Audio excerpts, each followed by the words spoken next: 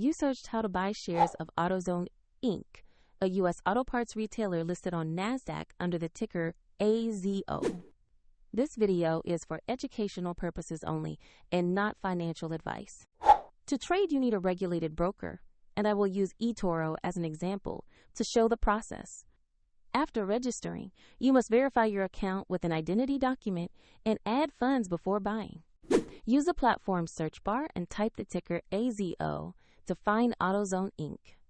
Choose the result that matches the NASDAQ listing and company profile to ensure it's the correct stock. Open the stock page to review basic company information and the recent price chart. Confirm the company name, Autozone Inc. and the AZO ticker are shown before proceeding. Click Invest or Buy, enter the amount you want to allocate, review the order details, and confirm the trade. If the market is closed, your order will be queued for the next market session, and if funds are insufficient, the platform will prompt you to add money before final confirmation.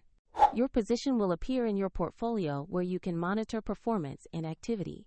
Find the eToro link in the description if you want to follow the same demonstration.